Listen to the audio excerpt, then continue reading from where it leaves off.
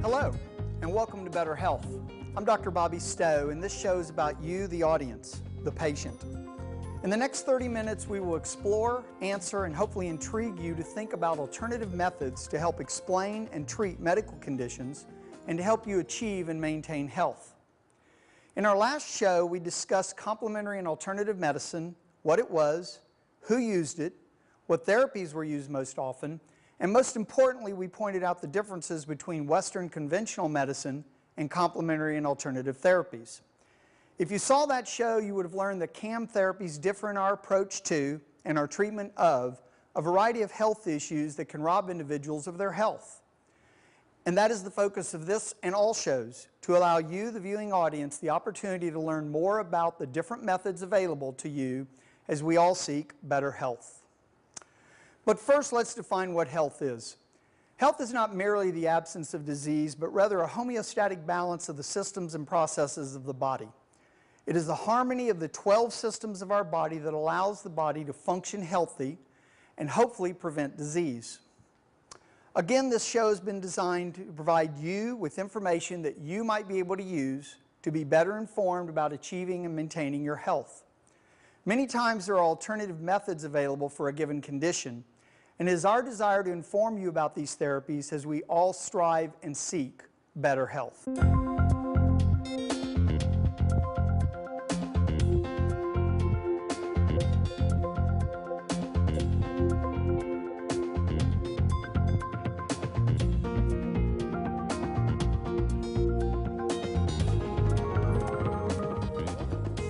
Welcome back. Today in the news, we're going to look at some very remarkable and enlightening research about vitamin D.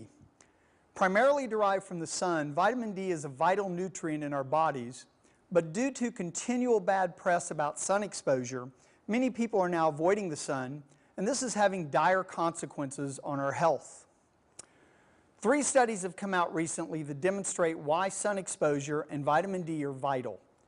First, from the July issue of Archives of Neurology, there is now a link between low vitamin D and Parkinson's disease. Looking at more than 3,000 people, researchers found that low vitamin D levels increase the risk for Parkinson's disease, and high levels of vitamin D appear to have a protective effect. Then in another study published in Genome Research, there is now biological evidence to back up the belief that vitamin D may protect against autoimmune diseases and certain cancers, specifically colorectal cancer. And in a third study, an analysis using data from the 3rd National Health and Nutritional Survey showed that vitamin D deficiency is associated with an increased risk for cognitive impairment in older Americans. Quoting from the lead author, Dr. David Llewellyn, and I quote, "Low levels of vitamin D are just genuinely bad for the brain," end quote. Not only is vitamin D essential for cognitive and mental health, but recent work suggests that low levels of vitamin D may be a risk factor for lack of bone health, cancer, hypertension, heart disease, depression, and stroke. Now here's the remarkable side to these stories. I personally believe that the sun is our friend, and sun exposure is how we should obtain our vitamin D nutrition. However, if you're one of the individuals who doesn't believe that obtaining sun exposure is good for you, then vitamin D supplementation from a reliable, quality resource should be obtained. Isn't it remarkable that these studies have found a nutritional deficiency that can be the cause for so many different types of diseases? And even more remarkable is the fact that a single, simple, and inexpensive supplement, a nutrient in our bodies that we absolutely have to have, provides for the answers for so many crippling and devastating diseases. This is what complementary and alternative therapies are all about. 2 other studies, each about nutrition, caught my attention this week. First, foods rich in vitamin E may reduce the long-term risk for dementia. And in another study, supplementation with selenium might be an effective approach for the prevention of postpartum depression. Now, due to time, I can't give these last two stories the attention they really deserve, but I mention them because they fall right in line with the main subject of our show today, and that is nutritional supplementation. We're going to take a short break, but when we return, I'm going to be giving you some insight on nutritional supplementation. This is a multi-billion-dollar industry, but not many people know what they're really buying or why. So we'll see if we can't sort through some of the confusing issues, so stay tuned.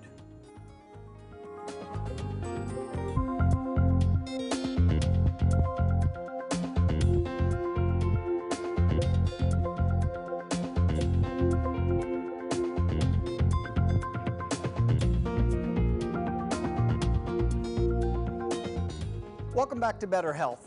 I'm Dr. Stowe. If I were to ask you if you bought nutritional supplements, how many of you would respond that you do?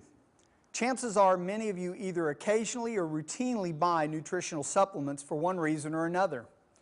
Some people buy supplements because they've read that a particular substance can, say, help reduce fat, or that this other supplement will reduce joint pain and inflammation. But do these people really know what they are buying or if the products are any good? The question I pose to you is, do you really know what you're buying?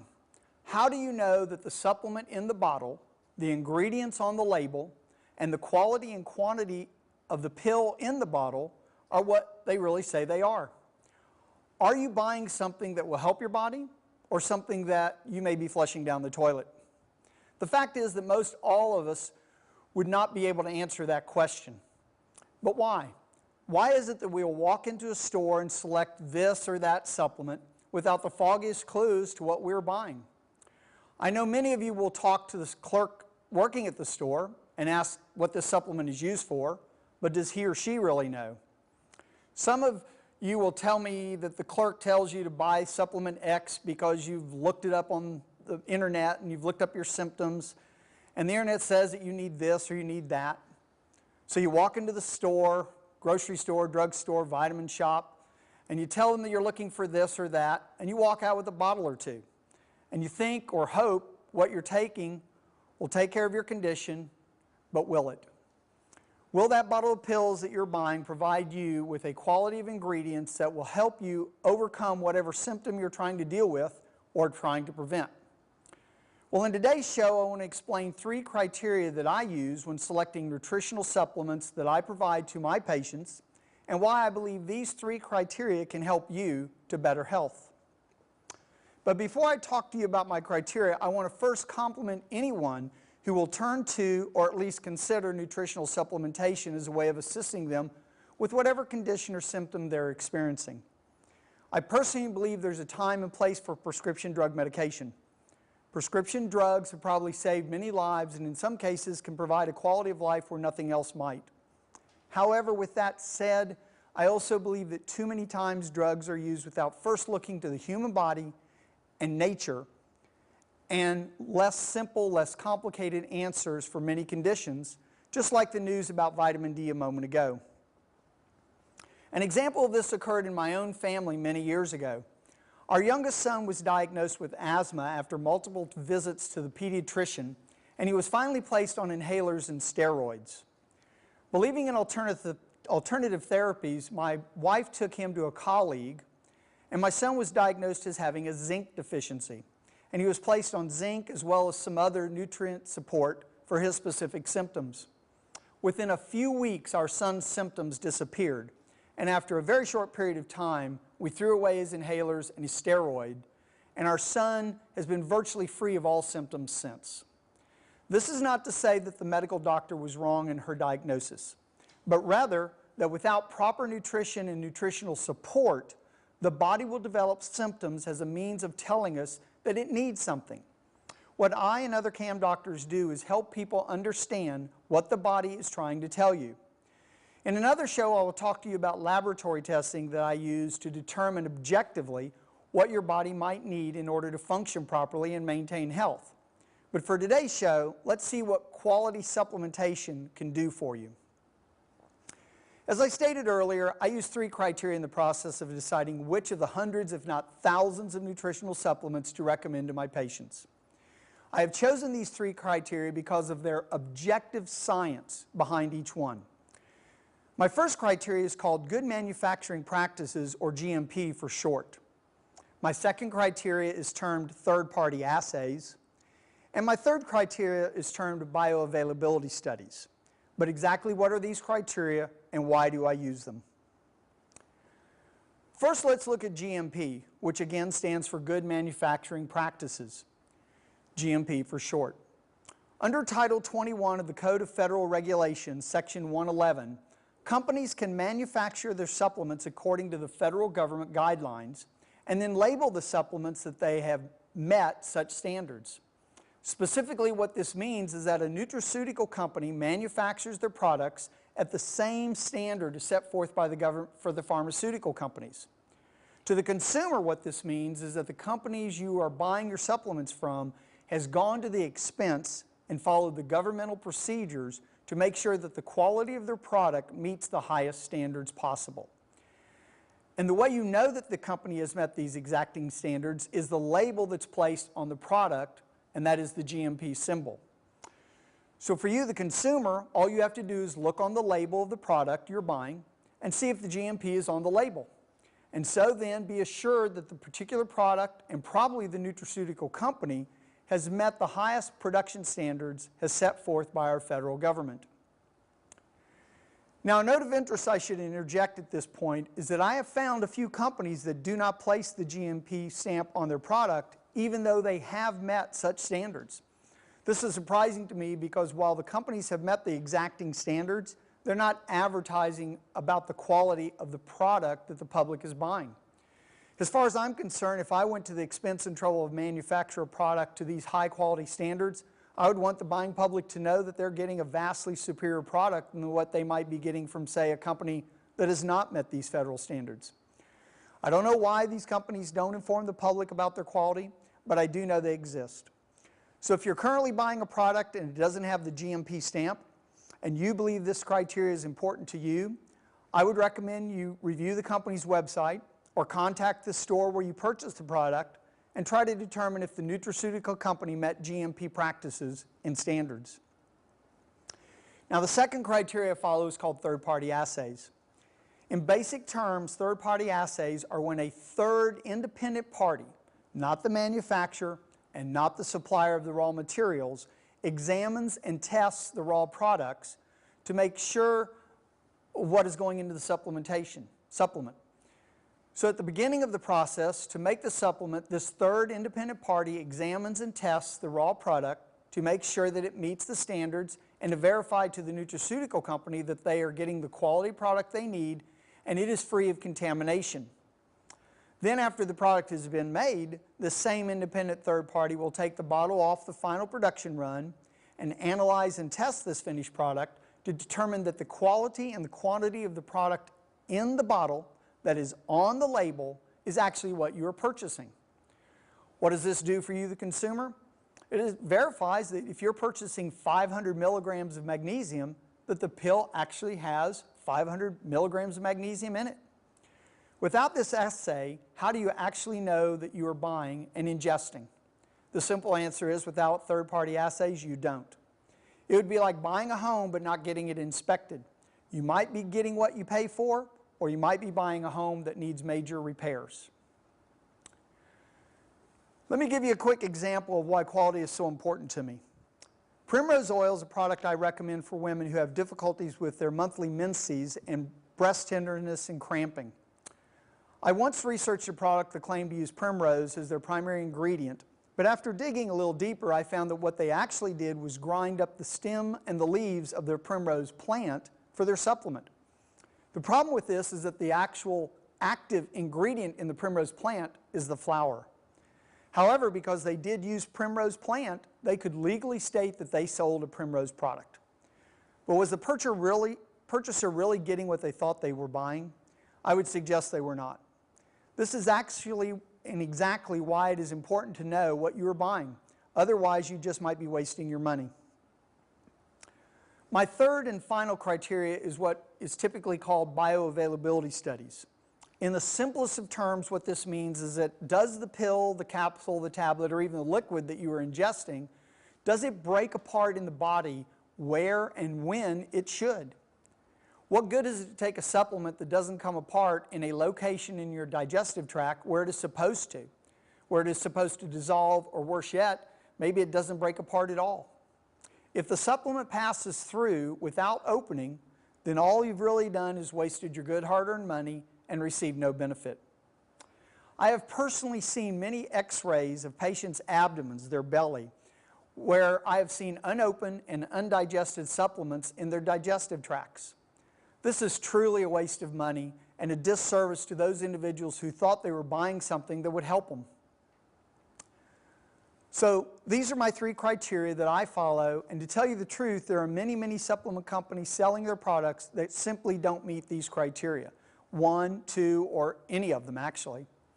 Many of my patients have brought me supplements in and asked me, can you tell me, and I've purchased these from some source, and I've tried to determine the quality of these products, but most of the time I'm not very impressed. I've even called the companies and asked about my 3 criteria, and I get a lot of talk about this and that and the other, but I have yet to speak to one of them who have met all 3 of my criteria.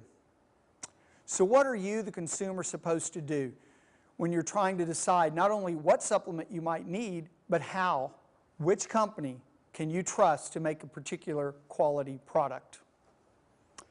One option you might have is to research the company yourself. How would you do that?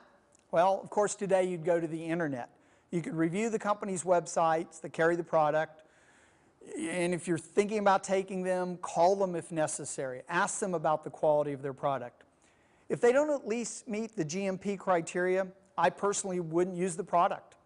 GMP is my absolute minimum criteria for using a company's product. If you could find a company that met GMP and my 2nd and 3rd criteria, then you've probably found a high-quality supplemental company. Of course, another option is to find a retail outlet that sells supplements and offers advice about them. But the problem I find with many of those is that the person behind the counter might not really know what they're talking about and is more really acting like a sales clerk. This is not to say they don't have quality products, but if the label doesn't tell you about the quality, then how do you know for sure what you're buying? Another option is to find a doctor or other professional who's already found these companies meeting these criteria or some other quality assurance program, and then make your supplement purchases through those resources. Now, someone out there in TV land right now is thinking, okay, he's being self-serving, he's suggesting that I have to come in and see him or some other doctor so they can convince me to buy their supplements. But there are 2 reasons why this really isn't the case.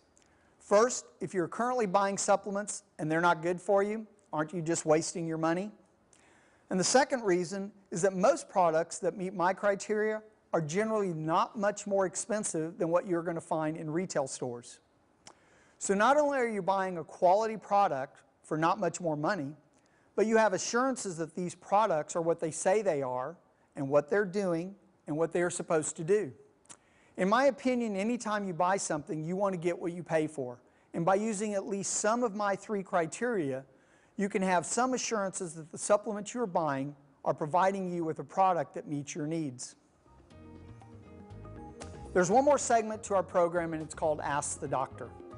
This is where you, the viewing audience, can ask me questions. So let's take a quick break, and we'll be right back.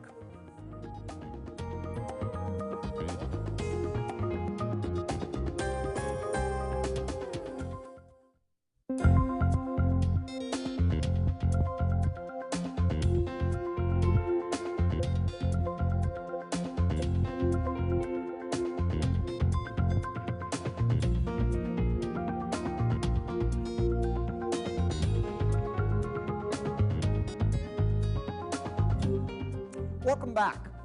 We only have time to answer one question on this episode, but please keep sending in your questions to hcctv@hccs.edu, and I'll do my best to answer them as time permits. Person writes in and asks, I've been considering seeing a chiropractor for neck pain that I've been having, but I'm concerned about this popping sound that people tell me they hear. She asks, what is this popping sound and is it going to hurt? Well, basically, the popping sound comes from a gas that's released from a joint when it's moved. I'm sure that many of you have cracked your knuckles. You've made that popping sound, cracked them all, and you hear this gas explode. You don't know it's gas, but that's what it is. In the simplest of terms, every joint in the body, whether it's a finger, an elbow, a knee, those joints have to have fluid put around them so that they can work. It's kind of like oil in an engine. That oil's there to lubricate. Well, in our bodies, for these joints to function properly, they have to be lubricated also. Some of you have heard of glucosamine and chondroitin. They're nutrients that help the lubrication of the joints.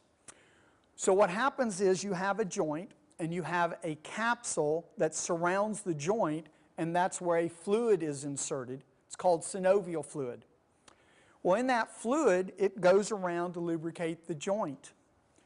The joint, however, goes in many different vectors. In other words, this way, up and down. If the joint and the capsule and the fluid didn't have pressure in it, then if you went this way, you wouldn't hear your squeaking, but maybe this way you would. So in other words, that fluid has to be suspended, and that's a gas in the body called nitric oxide. When you hear what we call a cavitation, what most people hear is the popping. What you're really hearing is an expansion of that joint. It's being moved so that it can expand, and you're hearing that gas release. When you hear that gas release, there, you heard it, I hope. You're hearing that gas release. Now that same joint will not recavitate for 30 seconds. But that's the popping you're hearing. All we're doing is moving a joint so that it can go back into proper alignment. Now, one other thing, will it hurt? The answer is typically not.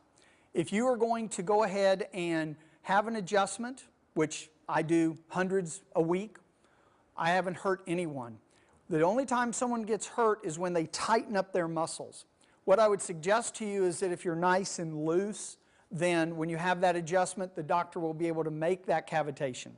If you get tight, your muscles are going to then guard against the adjustment, and you could get a slight pain because he's trying to move through a tight muscle.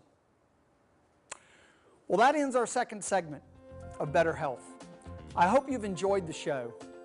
It's my desire to help educate individuals about the variety of conditions and treatment options that exist outside of conventional medicine. I should also state that in no way am I making any type of diagnosis for any condition. All of the comments on the show are for informational purposes only. Any condition that you have or think you might have should be discussed with a qualified healthcare professional. In our next show, I thought I'd make it a little interesting and enlightening and explain and maybe demonstrate some of the techniques that doctors of chiropractic utilize in our everyday practice.